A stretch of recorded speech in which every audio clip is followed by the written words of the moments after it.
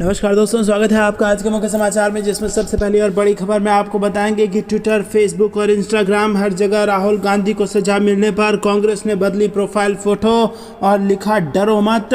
दूसरी खबर में जिक्र होगा कि मोदी के खिलाफ मोदी भगाओ देश बचाओ वाले पोस्टर पर दिल्ली पुलिस ने दर्ज की थी एफआईआर और अब उसी नारे का कैंपेन लॉन्च करने वाले हैं केजरीवाल। तीसरी खबर में जिक्र होगा कि राहुल गांधी को सजा मिलने पर विधानसभा में जबरदस्त हंगामा, वेल में आकर मंत्रियों और विधायकों ने लगाए बीजेपी विरोधी नारे। चौथी खबर में आपको बताएंगे कि मेरे भाई न कभी डरे हैं न कभी डरेंगे, सच बोलते हुए जिए हैं, बोली प्रियंका गांधी और बीजेपी पर हमलावर हुई कांग्रेस। साथ ही साथ पांचवी खबर में जिक्र होगा कि राहुल गांधी को सच बोलने की मिली सजा, मानहानि मामले में सजा के ऐलान पर खड़गे, जयराम रमेश और केजरीवाल का रिएक्शन। दोस्तों, हर एक खबर की गहराई में आपको ले जाएंगे, लेकिन उससे पहले अगर आपको भी ऐसा लगता है कि 2024 में बदल जाएगी देश की सरकार तो वीडियो को लाइक, चैनल को सब्सक्राइब और बेल आइकन दबाकर कमेंट में लिखिए जय हिंद। रुक करते हैं सबसे पहली और बड़ी खबर की तरफ। ट्विटर, फेसबुक और इंस्टाग्राम राहुल गांधी को सजा मिलने पर कांग्रेस ने बदली प्रोफाइल फोटो, लिखा डरो मत। जी हां दोस्तों, कांग्रेस नेता और सांसद राहुल गांधी को सूरत की अदालत ने मानहानि केस में 2 साल की सजा सुनाई है। राहुल गांधी की सजा के बाद जोरदार सियासत हो रही है और कांग्रेस के कार्यकर्ता सड़कों पर विरोध प्रदर्शन कर रहे हैं और इस सब के बीच कांग्रेस ने अपने ऑफिशियल सोशल मीडिया अकाउंट पर प्रोफाइल फोटो बदल दी है। साथ ही तमाम कांग्रेस नेता और कार्यकर्ताओं ने भी इसी फोटो को अपने प्रोफाइल पर लगाया है। कांग्रेस ने ट्विटर, फेसबुक और इंस्टाग्राम जैसे सोशल मीडिया प्लेटफॉर्म पर अपने ऑफिशियल अकाउंट्स में नई प्रोफाइल फोटो लगाई है और ये फोटो राहुल गांधी की भारत जोड़ो यात्रा के दौरान की है, जिस पर लिखा है डरो मत। जी हाँ दोस्तों, दरअसल दोस्तों राहुल गांधी के खिलाफ मानहानि का मुकदमा 4 साल से सूरत कोर्ट में चल रहा था और कारण 2019 में राहुल गांधी ने कर्नाटक की चुनावी रैली में एक बयान दिया था वो है, और रैली कर्नाटक के कोलार में थी और उसमें मोदी सरनेम पर उन्होंने टिप्पणी की थी। रुक करते हैं अगली ब्रेकिंग न्यूज़ की तरफ। दिल्ली के खिलाफ जिस पोस्टर पर दिल्ली पुलिस ने दर्ज की एफआईआर, आज उसी नारे का कैंपेन लॉन्च कर रहे हैं केजरीवाल। जी हाँ दोस्तों, आपको बता दें कि आम आदमी पार्टी 2024 के लोकसभा चुनाव के लिए बिगुल फूंकने जा रही है। पार्टी संयोजक अरविंद केजरीवाल और पंजाब सीएम भगवंत मान दोपहर 2 बजे दोनों ने मोदी हटाओ देश बचाओ कैंपेन लॉन्च किया। आम आदमी पार्टी का कहना है कि 23 मार्च भगत सिंह, राजगुरु सुखदेव का शहीदी दिवस है, इसीलिए आज के दिन ये कैंपेन लॉन्च हो रहा है। एक दिन पहले दिल्ली में इसी नारे के पोस्टर लगाए गए थे, जिस पर पुलिस ने तुरंत कार्रवाई की थी और इतना ही नहीं, पुलिस ने इस मामले में 138 एफआईआर दर्ज कर ली है और जिसमें 36 पीएम मोदी के खिलाफ विवादित पोस्टर को लेकर दर्ज की गई है और पुलिस ने इस मामले में 6 लोगों को गिरफ्तार भी कर लिया है। आम आदमी पार्टी की सभा में आम आदमी पार्टी के सभी विधायक, सांसद, नेता, कार्यकर्ता और पार्टी के राष्ट्रीय पदाधिकारी शामिल होंगे। रुक करते हैं अगली ब्रेकिंग न्यूज़ की तरफ। राहुल गांधी को सजा मिलने पर विधानसभा में हंगामा, वेल में आकर मंत्रियों और विधायकों ने लगाए बीजेपी विरोधी नारे। जी हाँ दोस्तों, आपको बता दें कि कांग्रेस के वरिष्ठ नेता और राहुल गांधी को मानहानि के एक मामले में सूरत की कोर्ट ने सजा सुनाई है और अदालत के इस फैसले को कांग्रेस नेताओं ने बीजेपी की साजिश करार दिया है। झारखंड विधानसभा में विधायक प्रदीप यादव ने इस मामले को उठाया और कहा कि एक ऐसा परिवार के खिलाफ साजिश रची गई है जिसने देश में लोकतंत्र की बुनियाद रखने में महत्वपूर्ण भूमिका निभाई। उन्होंने कहा कि जवाहरलाल नेहरू का योगदान देश कभी नहीं भूल सकता है। पूर्व प्रधानमंत्री इंदिरा गांधी और राजीव गांधी ने देश के लिए अपनी कुर्बानी दी है। अब राहुल गांधी देश के गरीबों की आवाज उठा रहे हैं तो उन्हें एक साजिश के तहत फंसाने की कोशिश की गई।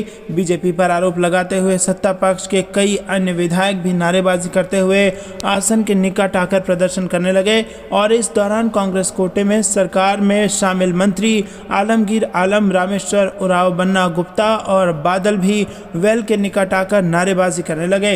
रुक करते हैं अगली ब्रेकिंग न्यूज़ की तरफ। मेरे भाई ना कभी डरे हैं न कभी डरेंगे, सच बोलते हुए जिए हैं, प्रियंका गांधी का बयान, बीजेपी पर हमलावर हुई कांग्रेस। जी दोस्तों, आपको बता दें कि मोदी सर ने मानहानि मामले में सूरत की अदालत की कार्रवाई के बाद बीजेपी चारों तरफ से घिर रही है और कांग्रेस महासचिव प्रियंका गांधी ने ट्वीट करते हुए कहा है कि डरी हुई सत्ता की पूरी मशीनरी साम दाम दंड भेद लगाकर राहुल गांधी जी की आवाज़ को दबाने की कोशिश कर रही है। मेरे भाई न कभी डरे हैं न कभी डरेंगे, सच बोलते हुए जिए हैं, सच बोलते हुए रहेंगे, देश के लोगों की आवाज़ उठाते रहेंगे, सच्चाई की ताकत व करोड़ों देशवासियों का प्यार उनके साथ है। राहुल गांधी को 2 साल की सज़ा, तुरंत बेल भी मिल गई है। दोस्तों, आपको बता दें कि राहुल गांधी को मिली सज़ा पर प्रतिक्रिया देते हुए कांग्रेस अध्यक्ष मल्लिकार्जुन खड़गे ने कहा कि हमको मालूम था पहले से ही ये लोग जज को बदलते गए, ये सारी चीज़ें करते गए, हमको तो अंदाज़ा लग रहा था, लेकिन हम कानून में विश्वास रखने वाले हैं, कानून के तहत लड़ेंगे। अब आगे देखेंगे कानूनी कार्रवाई क्या कर सकते हैं। वहीं कांग्रेस नेता दिग्विजय सिंह ने कहा कि उन्होंने नरेंद्र मोदी का नाम नहीं लिया, क्या नाम मोदी नाम पर मानहानि हो सकती है। वहीं दोस्तों कांग्रेस नेता अधीर रंजन चौधरी ने कहा कि एक साजिश रची थी, ये हम सबको पता था। सूरत की कोर्ट ने सजा सुनाई है, सजा करके जज को बदला गया, और क्योंकि जब चुनावी माहौल होता है तो ऐसी बयानबाजियां होती हैं। ऐसा बयान देना कोई अपराध नहीं है, किसी की मानहानि करने के लिए ऐसा बयान नहीं दिया। आज सत्तारूढ़ पार्टी राहुल गांधी की छवि को धूमिल करने का प्रयास कर रही है। दोस्तों रुक करते हैं अगली ब्रेकिंग न्यूज़ की तरफ। राहुल गांधी को सच बोलने की सजा, मानहानि में सजा के ऐलान पर खड़गे, जयराम रमेश और केजरीवाल ने दिए हैं अपने रिएक्शन। जी हाँ दोस्तों, दिल्ली के मुख्यमंत्री अरविंद केजरीवाल ने भी इसको लेकर अपना रिएक्शन दिया है और कहा है कि वो राहुल गांधी का समर्थन करते हैं। उन्होंने आरोप लगाया है कि गैर बीजेपी नेताओं और पार्टियों पर मुकदमा करके उन्हें खत्म करने की साजिश हो रही है। केजरीवाल ने कहा कि हमारे कांग्रेस से मतभेद हैं, मगर राहुल गांधी को इस तरह मानहानि मुकदमे में फंसाना ठीक नहीं है। उन्होंने कहा कि जनता और विपक्ष का काम है सवाल पूछना। हम अदालत का सम्मान करते हैं, लेकिन हम इस निर्णय से पूरी तरह से असहमत है। कांग्रेस महासचिव जयराम रमेश ने कहा कि ये न्यू इंडिया है, अन्याय के खिलाफ आवाज़ उठाओगे तो ईडी और सीबीआई, पुलिस, एफआईआर सबसे लद जाओगे। राहुल गांधी को भी सच बोलने की, तानाशाह के खिलाफ आवाज़ बुलंद करने की सज़ा मिल रही है। उन्होंने कहा कि देश का कानून राहुल गांधी को अपील का अवसर देता है, वो इस अधिकार का प्रयोग करेंगे और हम डरने वाले लोग नहीं हैं। राजस्थान के मुख्यमंत्री अशोक गहलोत ने कहा कि आज न्यायपालिका पर दबाव है। राहुल गांधी की जो टिप्पणी है, ऐसी राजनीतिक टिप्पणी चलती रहती है। उन्होंने कहा कि ऐसी टिप्पणियां अटल आडवाणी ने पता नहीं कितनी की होंगी, लेकिन पहले इस तरह से मामला दर्ज नहीं होता था। हमें विश्वास है कि आने वाले समय में सही फैसला होगा। वहीं दोस्तों आपको बता दें कि कांग्रेस अध्यक्ष मल्लिकार्जुन खड़गे ने कहा कि लोकतंत्र में आंदोलन करना, जनता को सच बताना हमारा काम है, लेकिन ये जो तानाशाही सरकार है ये ना लोकतंत्र को मानती है और न सदन में चर्चा चाहती है। ये लोग संविधान और लोकतंत्र के हिसाब से नहीं चलना चाहते हैं। दोस्तों रुक करते हैं अगली ब्रेकिंग न्यूज़ की तरफ। दिल्ली एनसीआर में फिर होगी बारिश, वीकेंड पर ऐसा रहेगा मौसम। जी हाँ दोस्तों, उत्तर भारत के तमाम राज्यों में बारिश और ओलावृष्टि का ताज़ा दौर 23 मार्च से शुरू है और मौसम विभाग की माने तो 23 और 24 मार्च को उत्तर पश्चिम भारत के तमाम राज्यों में गरज के साथ बारिश और ओलावृष्टि देखने को मिल सकती है। दोस्तों देश की राजधानी नई दिल्ली में भी एक बार फिर मौसम का मिजाज बदलेगा और आज की बात करें तो नई दिल्ली में न्यूनतम तापमान 15 और अधिकतम तापमान 30 डिग्री दर्ज किया जा सकता है। वहीं अभी दिल्ली में आसमान साफ है, धूप निकली हुई है। हालांकि दोपहर होते होते दिल्ली में आंशिक तौर पर बादल छा सकते हैं। मौसम विभाग की ओर से दी गई जानकारी के मुताबिक 24 मार्च को न्यूनतम तापमान 16 डिग्री और अधिकतम तापमान 27 डिग्री रह सकता है। वहीं दिल्ली में गरज के साथ बारिश देखने को मिल सकती है। दोस्तों रुक करते हैं अगली ब्रेकिंग न्यूज़ की तरफ। मोदी हटाओ देश बचाओ पोस्टर का जवाब, केजरीवाल हटाओ दिल्ली बचाओ। आम आदमी पार्टी और बीजेपी में जबरदस्त टक्कर। जी हाँ दोस्तों, दिल्ली में आम आदमी पार्टी और बीजेपी के बीच पोस्टर पर तकरार बढ़ती ही जा रही है।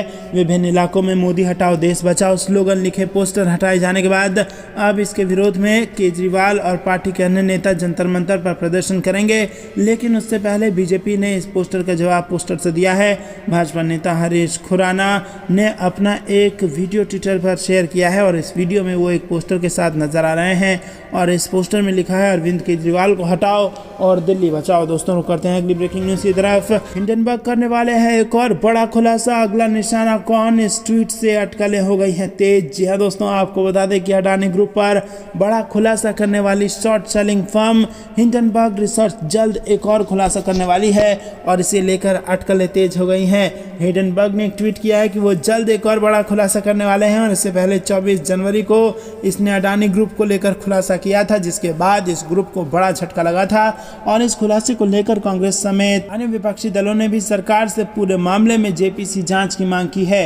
हिंडनबर्ग का अगला निशाना कौन होगा, इस बात की जानकारी उसने अपने ट्वीट में नहीं दी है, लेकिन गौतम अडानी पर खुलासे के बाद माना जा रहा है कि हिंडनबर्ग एक और बड़ा खुलासा कर सकते हैं और इसे लेकर अभी से अटकलें तेज हो गई हैं।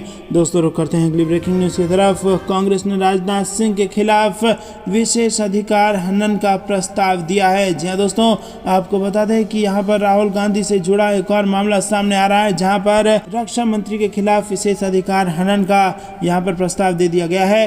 कांग्रेस ने केंद्रीय मंत्री राजनाथ सिंह के खिलाफ विशेषाधिकार हनन का प्रस्ताव दिया है और ये प्रस्ताव कांग्रेस सांसद मणिकम टैगोर ने 13 फरवरी को संसद पटल पर राजनाथ सिंह के भाषण में उनके नेता और पार्टी सांसद राहुल गांधी के खिलाफ की गई टिप्पणी और असंसदीय और अपमानजनक बताया।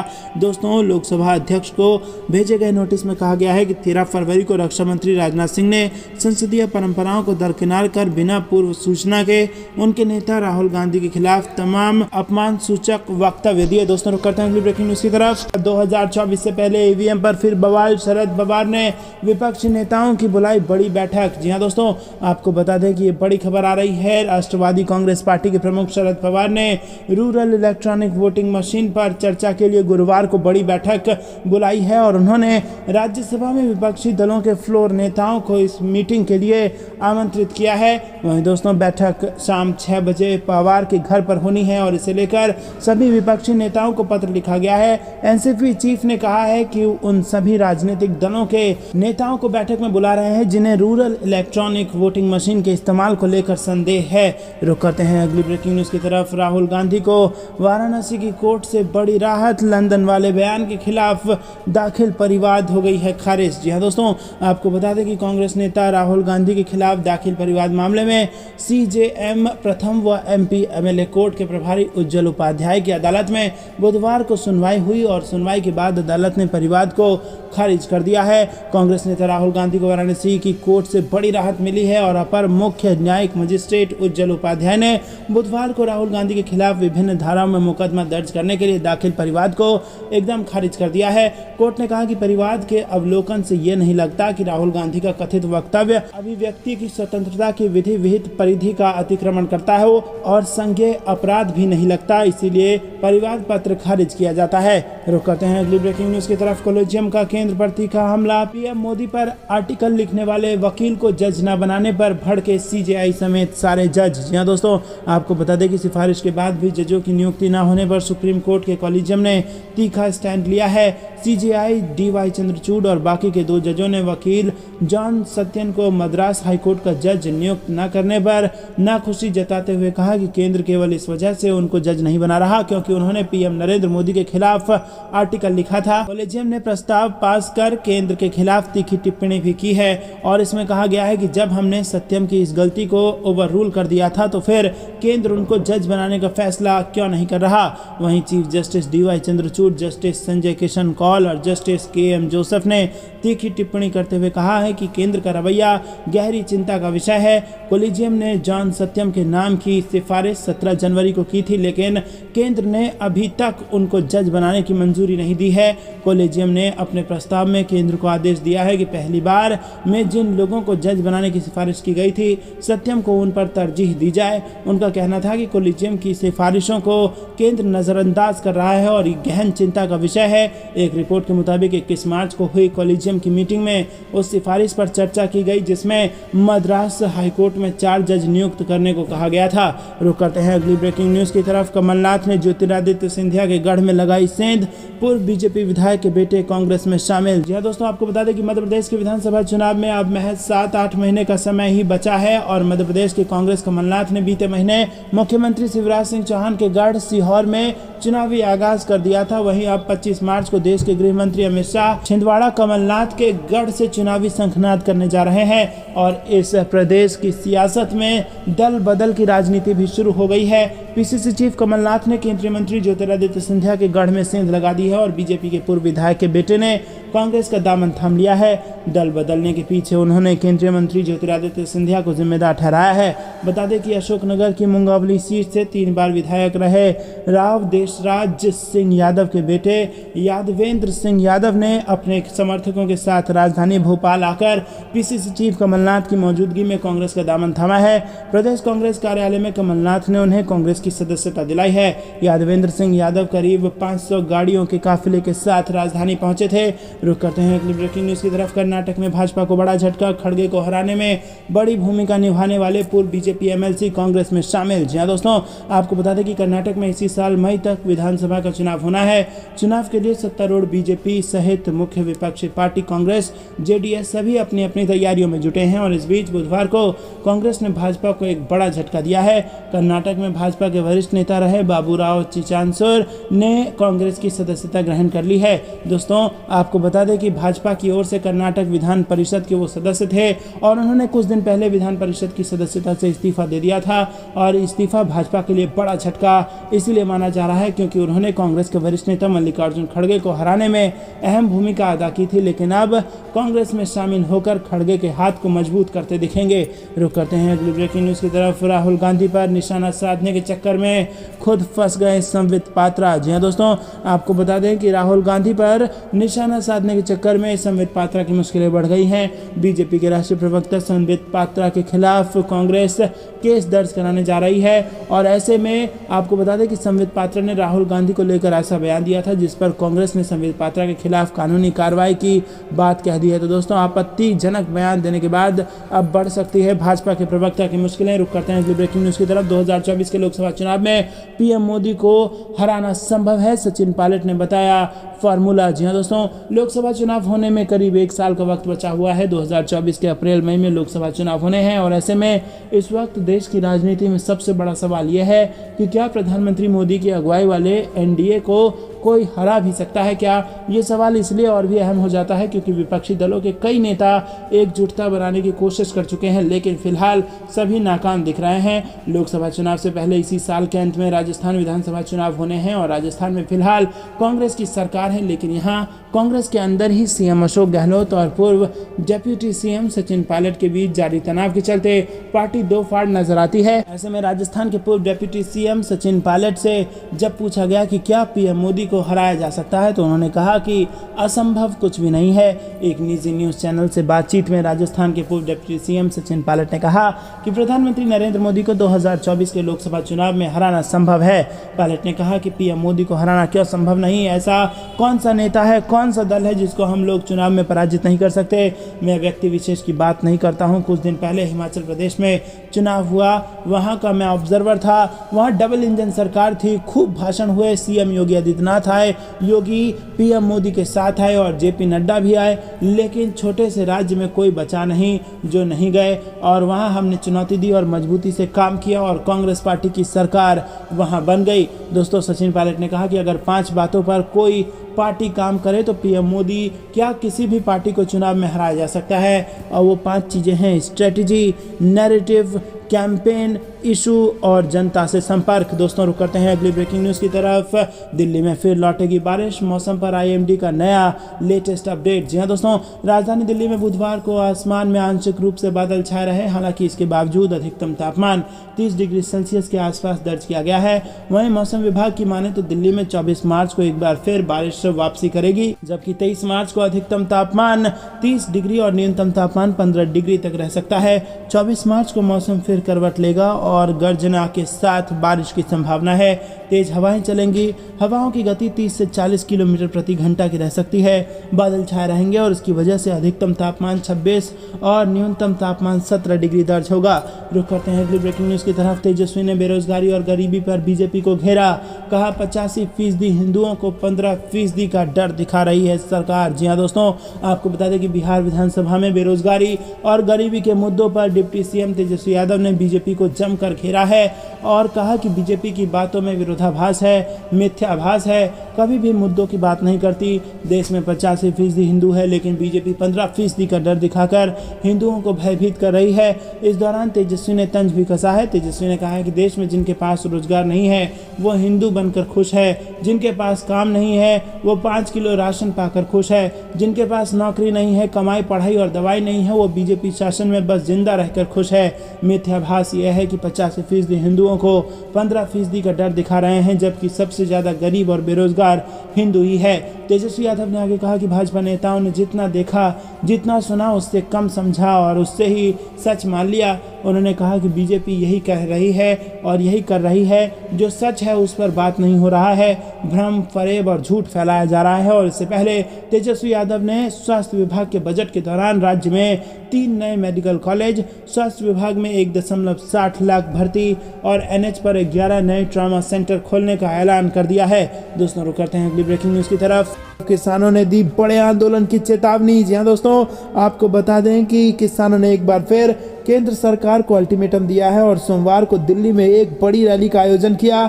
संयुक्त किसान मोर्चा ने सोमवार को कहा कि यदि सरकार एमएसपी, कर्ज माफी और पेंशन को लेकर कानून बनाने समेत किसानों की बाकी मांगों को पूरा नहीं करती है तो मजबूरन एक और आंदोलन करना पड़ेगा। किसान नेता दर्शनपाल सिंह ने रामलीला मैदान में जुटे किसानों को संबोधित करते हुए कहा कि अभी भी कई मुद्दे अनसुलझे हैं। इन मुद्दों के समाधान के लिए एक बड़े आंदोलन की जरूरत है। किसान नेता दर्शनपाल ने कहा कि एसकेएम के 15 सदस्यीय प्रतिनिधिमंडल ने दोपहर में कृषि भवन में केंद्रीय कृषि मंत्री नरेंद्र सिंह तोमर से मुलाकात की और मांग पत्र सौंपा। उन्होंने कहा कि हम 30 अप्रैल को दिल्ली में एक और बैठक बुलाएंगे और मैं सभी किसान संघों से अपने अपने राज्यों में रैलियां निकालने और बैठक के लिए पंचायत आयोजित करने का आह्वान करता हूं। दोस्तों, रुक करते हैं अगली ब्रेकिंग न्यूज की तरफ। वक्त आने पर भ्रष्ट भाजपा सरकार के कारनामों का जनता देगी जवाब, प्रियंका गांधी ने दिया यह बयान। जी हां दोस्तों, आपको बता दें कि कांग्रेस महासचिव प्रियंका गांधी ने राहुल गांधी को उनके एक बयान को लेकर दिल्ली पुलिस द्वारा नोटिस जारी किए जाने का हवाला देते हुए सोमवार को दावा किया कि भ्रष्ट बीजेपी के कारनामे जनता देख रही है और समय आने पर इसका जवाब देगी। प्रियंका गांधी ने ट्वीट किया और राहुल गांधी जी को नोटिस दिया जा रहा है कि उन्होंने अत्याचार से पीड़ित महिलाओं, दलितों, आदिवासियों, गरीबों, किसानों और युवाओं की आवाज़ क्यों उठाई। प्रधानमंत्री जी के मित्र गौतम अडानी पर विदेश की 38 फर्जी कंपनियों से व्यापारिक संबंध होने का आरोप, कोई नोटिस नहीं। वहीं दोस्तों, अडानियों के जरिए रक्षा क्षेत्र में फर्जी कंपनी की घुसपैठ, कोई नोटिस नहीं। उन्होंने सरकार पर निशाना साधते हुए कहा कि खुद सरकार पर नियम बदलकर अडानी को फायदा पहुंचाने का आरोप, संसद में चर्चा तक नहीं हुई। देश की जनता भ्रष्ट भाजपा सरकार के सारे कारनामे देख रही है और वक्त आने पर जवाब देगी। बता दें कि दिल्ली पुलिस महिलाओं के यौन उत्पीड़न के संबंध में कांग्रेस नेता राहुल गांधी द्वारा भारत जोड़ो यात्रा के दौरान की गई टिप्पणी को लेकर उन्हें जारी नोटिस के सिलसिले में रविवार को उनके आवास पर पहुंची थी।